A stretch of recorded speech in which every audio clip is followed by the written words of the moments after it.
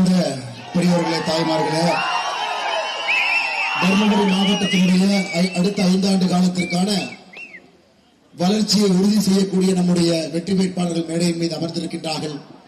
உங்களுடைய அன்பையும் ஆதரவையும் ஆசீர்வாதத்தையும் எதிர்பார்த்து தர்மபுரியை தமிழகத்தில் ஒரு முன்னோடி மாவட்டமாக உருவாக்க வேண்டும், மாற்றி காட்ட வேண்டும். மத்தியில் பாரத பிரதமர் ஐயா நரேந்திர மோடி அவர்களுடைய ஆட்சி காலத்தில் மாநிலத்தில் மே 4க்கு பிறகு நம்முடைய முதலமைச்சராக அண்ணன் எடப்பாடி பழனிசாமி அவர்கள் வரும்பொழுது நிறைய நிதிகளை கொண்டு வந்து தர்மபுரியில் ஆண்டாண்டு காலமாக இருக்கக்கூடிய எல்லா பிரச்சனையும் தீர்த்து வைப்போம் என்கின்ற ஒரு சபதத்தோடு வெற்றி வேட்பாளர் இங்கே அமர்ந்திருக்கின்றார்கள். அமைச்சர்களே, பாலக்கோடுடைய வெற்றி வேட்பாளர் முன்னாள் அமைச்சர் சட்டமன்ற உறுப்பினர் அருமையன் KP அன்பழகன் அவர்கள் நம்மோடு இருக்கின்றார். தர்மபுரிய வளர்ச்சிக்காக தன்னுடைய வாழ்க்கையை அர்ப்பணித்து மறுபடியும் உங்கள் முன்பு மற்றொரு முறை வாய்ப்பு கொடுங்க, இன்னும் முடிக்காத வேலையெல்லாம் முடிக்கணும். திராவிட முன்னேற்ற கழகத்தினுடைய 5 ஆண்டு கால ஆட்சியில எந்த அளவுக்கு தர்மபுரிக்கு தொந்தரவு கொடுத்திருக்கிறாங்க என்பதை எல்லாம் நீங்கள் மனதில் வைத்து அண்ணன் KP அன்பழகன் அவர்களுக்கு இரட்டலை சின்னத்தில் நீங்கள் வாக்களிக்க வேண்டும் என்று அன்போடு கேட்டுக்கொள்கின்றோம். அருமை சொந்தங்களே, தர்மபுரி உடைய வேட்பாளராக நாம் எல்லோரும் கூட கூர்ந்து கவனித்துக் கொண்டிருக்கின்றோம்.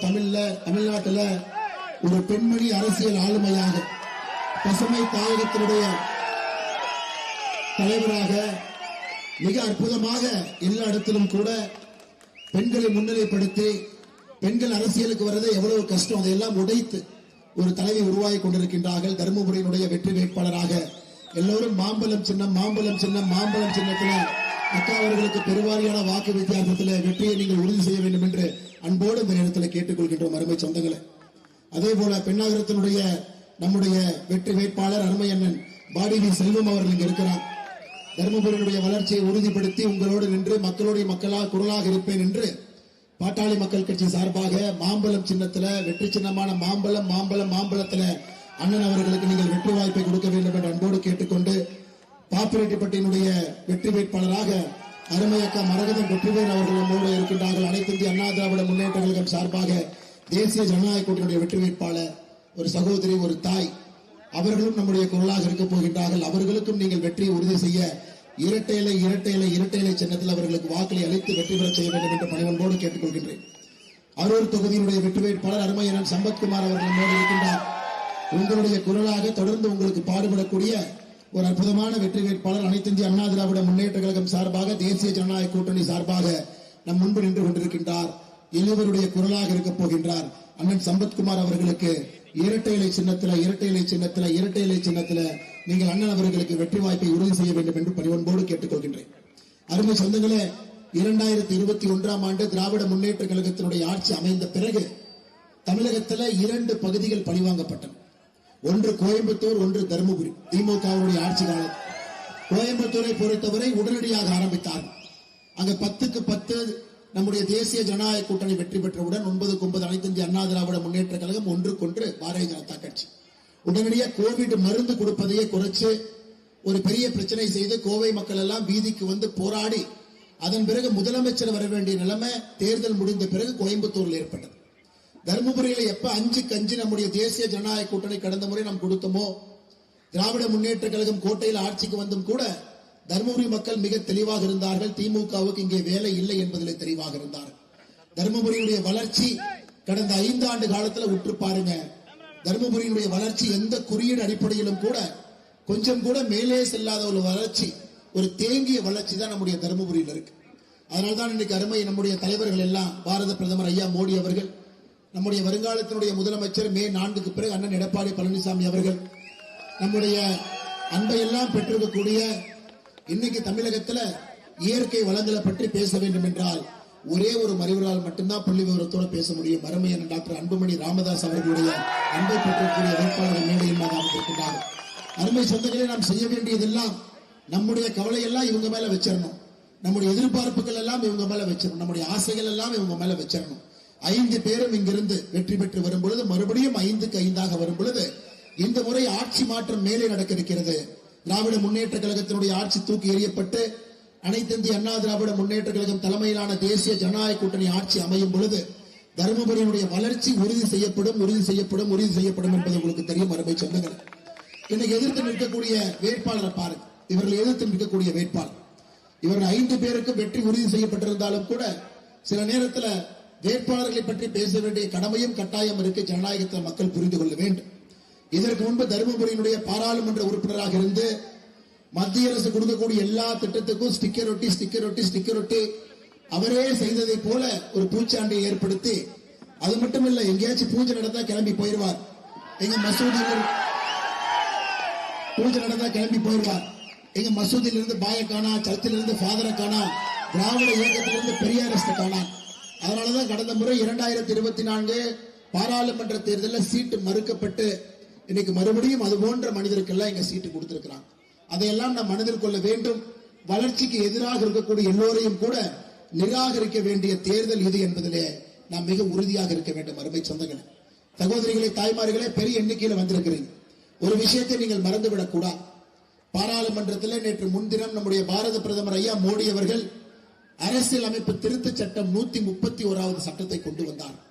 இன்னைக்கு மேடையில பாருங்க, 2 தாய்மார்கள் கம்பீரமாக நம் முன்பு அரசியல் இருக்கிறாங்க. ஆனா இந்த இடத்துக்கு வருவதற்கு எவ்வளவு கஷ்டப்பட்டிருக்கிறாங்க.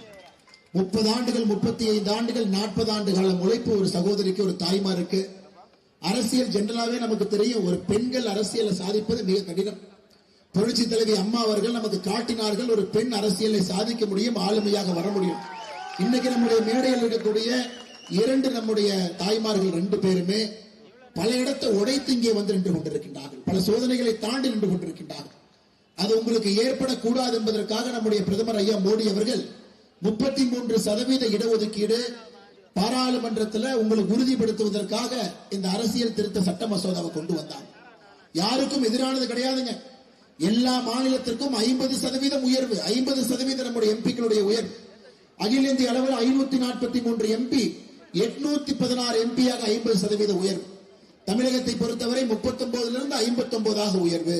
கர்நாடகா 28 42 உயர்வு.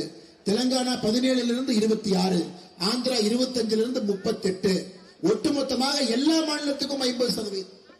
இந்த மசோதா வருவதற்கு முன்பு தென் மாநிலங்களுடைய மொத்த எம்பிக்கள் 129, இந்திய எம்பிக்களுடைய விகிதாச்சாரத்தில் 23.7. இந்த மசோதா வந்த பிறகு தென் மாநிலத்தினுடைய மொத்த எம்பிக்கள் 195 உயர்வு. விகிதாச்சார அடிப்படையில் அதே 23.8. யாருக்குமே பிரச்சனை ஏற்படுத்தாம சகோதரிகளை முன்னேற்ற வேண்டும். நமக்கு ஒரே ஒரு சௌமியா அன்புமணி அவர்கள் பத்தாது, இன்னும் 10 சௌமியா அன்புமணி வேண்டும் என்பதற்காக உருவாக்கப்பட்ட இந்த மசோதா. அதே போல நமக்கு ஒரே ஒரு மரகதம் வெற்றிவேல் அக்கா வேண்டாம், இன்னும் பல மரகதம் வெற்றிவேல் அக்கா வேண்டும் என்பதற்காக உருவாக்கப்பட்ட மசோதாவை நேற்று சாயங்காலம் பாராளுமன்றத்தில் காங்கிரசும் திராவிட முன்னேற்ற கழகமும் இணைத்து இந்த மசோதாவை தோற்கடித்திருக்கின்றார்கள். அருமை சொந்தங்கள், 298 எம்பிக்கள் வேண்டும், 230 எம்பிக்கள் வேண்டாம். அதனால அருமை சொந்தங்களே, சகோதரிகளே, மோடி ஐயா எப்படியும் இதை திரும்ப கொண்டு வந்து எப்படியும் இதை சாத்தியமாக்குவார்கள் என்று நமக்கு தெரியும். ஆனா நேற்று இந்த மசோதாவுக்கு எதிராக வாக்களித்து, தாய்மார்களுக்கு எதிராக வாக்களித்து, பெண்களுடைய குரல் பாராளுமன்றத்தில் சட்டமன்றத்தில் வரக்கூடாது என்று நினைத்த திராவிட முன்னேற்ற கழகத்துக்கும் காங்கிரசுக்கும் தருமபுரியில ஒரு தாய்மார் கூட நீங்க ஓட்டு போடக்கூடாதுன்னு அன்போடு கேட்டுக்கொள்கின்றேன். ஏப்ரல் 23ஆம் தேதி தேர்தல் நடக்கும் பொழுது ஒரு தாய், ஒரு சகோதரி, முதல் தலைமுறை வாக்காளர், நீங்க யாருமே இவங்க இன்னும் அப்படியே அந்த பழைய கால அரசியலை வைத்திருக்க வேண்டும் என்று நினைக்கின்றார்கள். புதிதாக எளியவர்கள், கிராமத்திலிருந்து வர்றவங்க, முதல் தலைமுறை அரசியலுக்கு வர்றவங்களுக்கு வாய்ப்பு கொடுக்க வேண்டும் என்று மோடி அவர்கள் நினைத்தும் கூட எப்படி நேற்று திட்டமிட்டு அந்த மசோதாவை தோற்கடித்திருக்கின்றார்கள் என்பதை முழுமையாக நீங்கள் புரிந்து கொள்ள வேண்டும். அன்பு சொந்தங்களே, கடைசியாக 1973 கடைசியாக தொகுதி மறுவரை செஞ்சோம். 1973 நம்ம பிறகு கூட இல்லைங்க, நிறைய பேர் பிறந்திருக்க மாட்டேங்க. இங்க 1973 அன்னைக்கு 525 545 எம்பி உயர்த்தினாங்க, 20 எம்பி சேர்த்தினாங்க. நம்ம கலைஞர் கருணாநிதி என்ன சொன்னார் தெரியுங்களா? தமிழ்நாட்டுக்கு எம்பி வேண்டாம் அப்படின்னு. 525 எம்பிக்கள் நமக்கு இருக்கும் பொழுது தமிழகத்திற்கு 39 எம்பி, அது 545 1973 உயர்த்த பொழுது கலைஞர் கருணாநிதி அவர்கள் எங்களுக்கு எம்பி வேண்டாம் என்று சொன்னார். 20 எம்பி இந்தியாவிலே அதிகப்படுத்தியும் கூட தமிழகத்திற்கு நியாயமாக 41 எம்பிக்கள் 1973 உருவாகி இருக்க வேண்டும். வேண்டாம் என்று சொன்ன ஐயா கருணாநிதி அவர்கள் இன்னைக்கும் அதே 39 இருக்கும். இன்னைக்கு 39 59 உயர்த்த வேண்டும் என்று முடிவு செய்தும் கூட இன்னைக்கு ஸ்டாலின் ஐயா வேண்டான்னு சொல்றார். பாருங்க, அப்பா செய்த அதே தவறு இன்னைக்கு மகனும் திட்டமிட்டு இந்த நேரத்தில் அதே தவற செய்யறாங்க. அதனால தாய்மார்களே, இங்க இருக்கக்கூடிய நம்முடைய சகோதர சகோதரிகளே, நல்லா யோசிச்சு பாருங்க. எந்த காரணத்திற்கும் கூட இந்த தவறான ஒரு காங்கிரஸ் திராவிட முன்னேற்ற கழகத்தினுடைய கூட்டணிக்கு நீங்கள் வாக்களிக்க கூடாது என்ற அன்போடு இந்த நேரத்தில் கேட்டுக்கொள்கின்றோம். நம்ம உதயநிதி ஸ்டாலின் அவர்கள் எங்கே சென்றாலும் கூட ஒரே வார்த்தையை திரும்ப திரும்ப சொல்லுவார். மோடி ஐயா தமிழ்நாட்டுக்கு எதுவும் செய்யல, எதுவும் செய்யல, எதுவும் செய்யல. ஐயா மோடி ஐயா தமிழ்நாட்டுக்கு என்ன செஞ்சாரு இன்னொரு மேடையில பேசலாம். மோடி ஐயா தருமபுரிக்கு என்ன செஞ்சாங்கன்னு இந்த மேடையில பேசுவோம். மத்திய அரசு, பாரத பிரதமர் நரேந்திர மோடி அவர்கள் நம்முடைய அமிர்த் பாரத் திட்டத்தின் கீழ் தருமபுரி ரயில் நிலையத்துடைய மறுசீரமைப்புக்கு 61 கோடி ரூபாய் ஒதுக்கப்பட்டிருக்கிறது. மொரப்பூர் தருமபுரி இடையே 36 கிலோமீட்டர் நீளத்துக்கு புதிய ரயில் பாதை 359 கோடி. பெங்களூரு சென்னை விரைவு சாலையின் ஒசூர் தருமபுரி பிரிவு சாலை பணிகள் 4541 கோடி. தருமபுரி சேலம் பிரிவில் உள்ள தொப்பூர் கணவாய் பாதையை மேம்படுத்தல் 905 கோடி. 3ஆம் கட்ட ஒகேனக்கல் கூட்டு குடிநீர் மற்றும் புளூரோசிஸ் தடுப்பு திட்டம் இந்திய அரசு நிதி 2283 கோடி 43 லட்சம். தமிழ்நாட்டு அரசினுடைய நிதி 1172 கோடி 50 லட்சம். ஆனா இங்க ஸ்டிக்கர் வேற மாதிரி விட்டுவாங்க ஐயா. ஜைகா அண்ணன் சொன்னாங்க ஜப்பானுடைய நிதியுதவி 4384 கோடி. அந்த ஜைகா முழு நிதியுதவிக்கும் இந்திய அரசு பொறுப்பேற்றிருக்கிறது. தொழிற்சாலைகளுடைய பங்களிப்பு 588 கோடி. எந்த திட்டத்தை நீங்க பார்த்தாலும் மோடி ஐயா மத்திய அரசு தருமபுரி கொடுத்திருப்பாங்க. அமிர்த் திட்டத்துல 33 கோடி மதிப்பிலான 20 திட்டங்கள் நிறைவேறிக்கிறது. ஜல்ஜீவன் திட்டத்துல தருமபுரி மாவட்டத்துல 2,09,000 வீடுகளுக்கு பைப்பு மூலமாக குடிநீர் கொடுக்கப்பட்டிருக்கிறது. பிரதம மந்திரியினுடைய மக்கள் மருந்தகம் 80% விலை குறைவாக தரத்தோடு கிடைக்கக்கூடிய மக்கள் மருந்தகம் தருமபுரி மாவட்டத்தில் 26. பிரதம மந்திரியுடைய உஜ்வாலா திட்டத்தில் இலவச கேஸ் சிலிண்டர் மட்டுமே தருமபுரி மாவட்டத்தில் 1,10,528 குடும்பங்கள். MSME கடன் இந்த ஒரு மாவட்டத்துக்கு மட்டுமே மத்திய அரசு 1463 கோடி ரூபாய் கொடுத்திருக்கும். முத்ரா திட்டத்தில் இந்த ஒரு மாவட்டத்திற்கு 5098 கோடி ரூபாய். இந்த ஒரு மாவட்டத்தில் மட்டுமே 1 லட்சம் விவசாயிகளுக்கு 1,01,133 விவசாயிகளுக்கு வருடத்திற்கு 6000 ரூபாய் கிசான் சம்மான் நிதி அவங்க வங்கி கணக்குக்கு வருது. பிரதமருடைய வீடு கட்டும் திட்டத்தில் கிட்டத்தட்ட தமிழகத்தில் மிக அதிகப்படியாக கிராமப்புறம் மோடி வீடு கிராமப்புறம் இந்த ஒரு மாவட்டத்தில் 16,000 வீடுகள் மோடி வீடு கட்டி கொடுக்கப்பட்டிருக்கிறது. நகர்ப்புறத்தில் 2,684 வீடுகள். பிரதம மந்திரியுடைய பயிர் காப்பீடு திட்டம் 21,000 ஹெக்டர்ல 186 கோடி ரூபாய் மதிப்புல காப்பீடு செய்யப்பட்டிருக்கு. ஆயுஷ்மான் பாரத் திட்டம் 5 லட்சம் ரூபாய் மருத்துவ காப்பீடு 2,51,000 பேர் இந்த மாவட்டத்தில் இருக்கிறாங்க. பிரதம மந்திரியினுடைய திறன் மேம்பாட்டு மையம் 63. ஐயா நான் படிச்சுக்கிட்டே போவேன். மத்திய அரசு நாம செய்யற வேலையை செஞ்சுட்டு தாங்க இருக்கிறோம். நம்ம எங்கேயும் நம்முடைய வேலையை தவறாக செய்யல. உங்களுக்கு குடி தண்ணீர் கொடுக்கணுமா திட்டத்தை கொண்டு வந்திருக்கின்றோம். கேஸ் சிலிண்டர் கொண்டு கொடுக்கணுமா திட்டத்தை கொண்டு வந்திருக்கின்றோம். மருத்துவ காப்பீடு கொடுக்கணுமா திட்டத்தை கொண்டு வந்திருக்கின்றோம். மத்திய அரசை பொறுத்தவரை எப்பொழுதும் கூட தருமபுரி மக்களோடு பாரத பிரதமர் நரேந்திர மோடி அவர்கள் இருக்கலாம். அதனால திமுக யாராவது வந்து தருமபுரிக்கு மோடி ஐயா எதுவும் செய்யல எதுவும் செய்யல எதுவும் செய்யலினா உங்க வீட்டுல பிஞ்சு போன செருப்பு வெளியே இருக்கும். அது உங்களுக்கு எங்க இருக்குன்னு உங்களுக்கு தெரியும். இந்த பிஞ்சு போன செருப்பை வைத்து என்ன செய்ய வேண்டும் உங்களுக்கு தெரியும். அதனால் நீங்கள் என்ன செய்ய வேண்டும் என்று நான் சொல்ல விரும்பல. அருமை சொந்தங்களே, இன்னைக்கு இந்த அற்புதமான 5 நம்முடைய வெற்றி வேட்பாளர்கள் வெற்றி பெற்று நம்முடைய மந்திரி சபையில நம்முடைய சட்டமன்றத்தில் இவரெல்லாம் அமரும் பொழுது உங்களுடைய குரலாக இருப்பார்கள், வளர்ச்சிக்காக இருப்பார்கள், பெண்களுடைய முன்னேற்றத்திற்காக பாடுபடுவார்கள். மாநில அரசு கொடுக்கக்கூடிய நிதி மத்திய அரசு கொடுக்கக்கூடிய நிதி இரண்டையும் சேர்த்து அடுத்த கட்டம் தருமபுரியுடைய வளர்ச்சிக்காக இருப்பாங்க. அது மட்டும் இல்ல, இளைஞர்களுக்கு வேலை வாய்ப்பு. தருமபுரியில எத்தனை இளைஞர்கள் இன்னும் பெங்களூர் போறாங்க, ஹைதராபாத் போறாங்க, சென்னை வர்றாங்க. எத்தனை தொழிற்சாலைகள் இன்னும் தருமபுரியில் இருக்கு. மாம்பழத்திலிருந்து ஆரம்பித்து எத்தனை பழங்கள் எத்தனை காய்கறிகள் உற்பத்தி பண்றீங்க. அதற்கு குளிர் பதன கிடங்கு கூட இங்கே கிடையாது. மார்க்கெட் லிங்கேஜஸ் இங்கே கிடையாது. இது டாக்டர் அன்புமணி ராமதாஸ் ஐயா பல இடத்துல ஒரு பெரிய கனவோடு 2016 இருந்து அந்த மாற்றத்தை பேசிக் கொண்டிருக்கின்றார்கள். அதையெல்லாம் சாத்தியமாக்க வேண்டிய நேரம் இந்த தேர்தல் என்பதை அருமை சொந்தங்களை நாம் மறந்துவிடக் கூடாது. அருமை சொந்தங்களை, அண்ணன் எடப்பாடி பழனிசாமி அவர்கள் முதலமைச்சராக வரும்பொழுது ஒரு டோட்டல் பேக்கேஜாக வருகின்றார். தமிழகத்தில் ஒரு விவசாயி முதலமைச்சராக வருவார். அவருக்கு எல்லா பிரச்சனையும் தெரியுங்க. அடிப்படை பிரச்சனை என்ன ஐயா? இன்னைக்கு தருமபுரியில எப்படி நீர் மேலாண்மை பிரச்சனையோ, கோயம்புத்தூர் பக்கத்துல போனீங்கன்னா கோயம்புத்தூர்லயும் பிரச்சனை தான். சிறுவாணி அணை கேரளாவோட பிரச்சனை, ஆனமலை நல்லாறு திட்டம் கேரளாவோட பிரச்சனை. ஒன்னொன்று பாருங்க. நொய்யல் இன்னைக்கு பிரச்சனையில் இருக்கு. தென் தமிழகத்துக்கு போங்க, செம்பகவல்லி அணை தென்காசியில கேரளாவோட பிரச்சனை. முல்லை பெரியார் தேனி பக்கம் போங்க, கேரளாவோட பிரச்சனை. ஆனா முதலமைச்சர் அவர்கள் 5 ஆண்டு காலம் ஆட்சியில் இருந்தும் கேரளாவுக்கு 5 முறை போயும் கூட தமிழ்நாட்டில் ஒரு நதிநீர் மேலாண்மை பிரச்சனையை முதலமைச்சர் அவர்கள் தீர்க்கவில்லை என்பது புரிந்து கொள்ள வேண்டும். ஏனுங்கம்மா ஏன் அப்படி பண்றார்? முதலமைச்சரை பொறுத்தவரை விவசாயம்னா என்னன்னே தெரியாது, விவசாயம் என்ன கஷ்டப்படுறாங்கன்னு தெரியாது. வெயில்ல போய் நின்று வேர்த்து வழிந்திருந்தால் தான் ஒரு அரசியல்வாதிக்கு என்ன கஷ்டம் மக்கள் படுறாங்கன்னு தெரியும். ஏன் நம்முடைய முதலமைச்சர் ஐயா ஸ்டாலின் முன்னாடி ஒரு கறவை பசுமாட்டை கொண்டு வந்து கட்டி வச்சீங்கன்னா பால் கொம்புல இருந்து வருதா காம்புல இருந்து வருதான்னு கூட அவருக்கு தெரியாது. ஆனால் இந்த முறை 2021 மே 4க்கு பிறகு ஒரு பெரிய சரித்திர வாய்ப்பு நமக்கு கிடைத்திருக்கிறது. ஒரு விவசாயி தமிழகத்தினுடைய முதலமைச்சராக வரப்போறாங்க. அதே நேரத்தில் டாக்டர் அன்புமணி ராமதாஸ் ஐயா பாராளுமன்றத்தில் நம்முடைய உறுப்பினராக தொடர்ந்து கொண்டிருக்கின்றார்கள். அவருடைய குரல், தருமபுரியுடைய குரல், உங்களுடைய இந்த பகுதியினுடைய அன்பை எல்லாம் பெற்று அமைச்சராக இருந்து தன்னுடைய எளிமையான ஒரு பணியின் மூலமாக மக்களுடைய அன்பை பெற்றிருக்கூடிய KP அன்பழகன் ஐயா தொடர்ந்து நமக்கு பணி செய்ய போறாங்க இந்த மாவட்டத்திற்காக. இவர்களெல்லாம் இணையும் பொழுது ஒரு பெரிய சரித்திர மாற்றம் இந்த மண்ணில் நடக்கும் என்பதை யாரும் கூட தடுக்க முடியாத அருமை சொந்தங்களே, இன்னொரு விஷயத்தையும் உங்க கவனத்துக்கு கொண்டு வர. இன்னைக்கு தமிழகத்துல ஒரு பிரச்சனையில தர்மபுரி அதிகமாக பாதிக்கப்பட்டிருக்குன்னா, அனைத்து இந்திய அண்ணா திராவிட முன்னேற்ற கழகத்தினுடைய ஆட்சி முடியும் பொழுது தர்மபுரி மாவட்டத்தில் மட்டுமே 6000 ரூபாய் கிசான் சம்மான் நிதி பெறக்கூடிய விவசாயிகள் தர்மபுரி மாவட்டத்தில் மட்டுமே 2,14,550 பேர் இருந்தாங்க. இன்னைக்கு திமுக ஆட்சி முடியும் பொழுது அது 1,01,133 மாறி இருக்கு. தருமபுரி மாவட்டத்தில் 1,13,000 விவசாயிகள் இந்த திட்டத்திலிருந்து நீக்கப்பட்டிருக்கின்றார்கள் திராவிட முன்னேற்ற கழகத்தினுடைய ஆட்சி. எதுக்குங்க நீக்கினாங்க?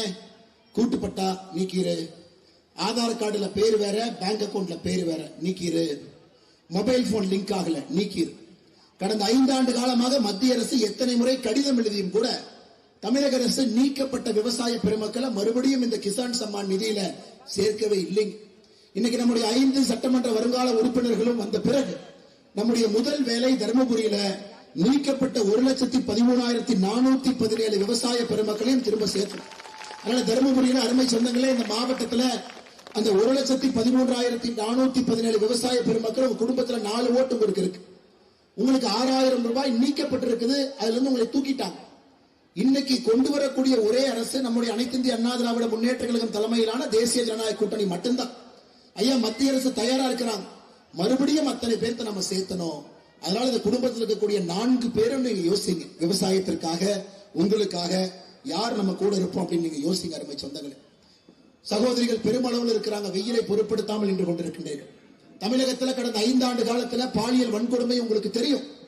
முதலமைச்சர் இத்தனை நாளா பேசாம இருந்தார். ஆனா பிரேமலதா அக்கா சமீபத்தில் பட்டண சேலத்தில் பேசிவிட்டார். அதுல கடந்த 5 ஆண்டு காலத்துல தமிழகத்துல பெண்களுக்கு எதிரான கற்பழிப்பு வழக்குகள் 2080, படுகொலைகள் 8008, 18 வயசு கீழக்கூடிய குழந்தைகளுக்கு கொடுக்கப்பட்ட தொந்தரவு போக்சோ சட்டம் என்று சொல்லுவோம் 39,900. தமிழகத்தினுடைய எந்த 5 ஆண்டு கால சரித்திரத்திலும் இது போல மோசமான ஒரு ஆட்சியை சட்டம் ஒழுங்கல் நாம் பார்த்ததில்லை. அதனாலதான் பொறுத்து பார்த்துட்டு பிரேமலதா அக்காவும் பேசணுமேனு சேலத்துல எங்க அண்ணன் ரொம்ப நல்லவரு, ஆனா சட்டம் ஒழுங்கு சரியில்லை. எங்க அண்ணன் ரொம்ப நல்லவரு, ஆனா கஞ்சா போதை பொருட்கள் அதிகமாக தெருவில் ஓடுது. எங்க அண்ணன் ரொம்ப நல்லவருன்னு அடுத்து சொல்ல வந்தாங்க, அதுக்குள்ள அவங்க நிறுத்திட்டாங்க.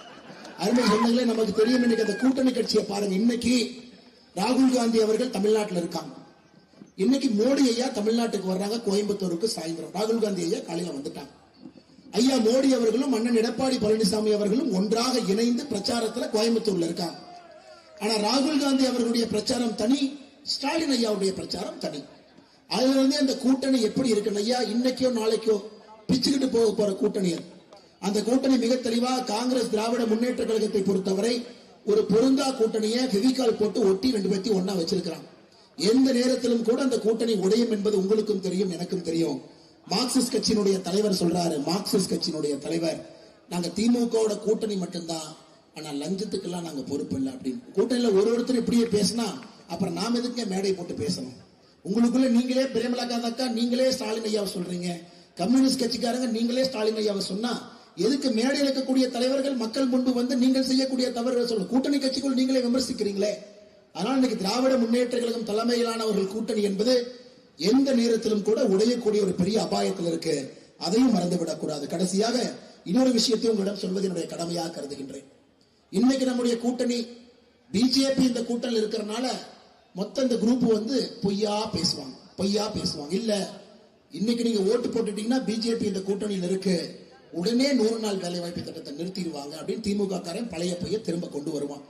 2014 இதையே சொன்னாங்க, 2016 இதையே சொன்னாங்க, 2019 இதையே சொன்னாங்க, 21 இதையே சொன்னாங்க, 24 இதே சொன்னாங்க. 12 ஆண்டுகளாக 100 நாள் வேலைவாய்ப்பு திட்டம் இருந்ததை இன்னைக்கு மோடி அவர்கள் 125 நாளாக உயர்த்தி இருக்கின்றார் என்பது உங்க எல்லோருக்கும் தெரியும் அருமை சொந்தங்கள்.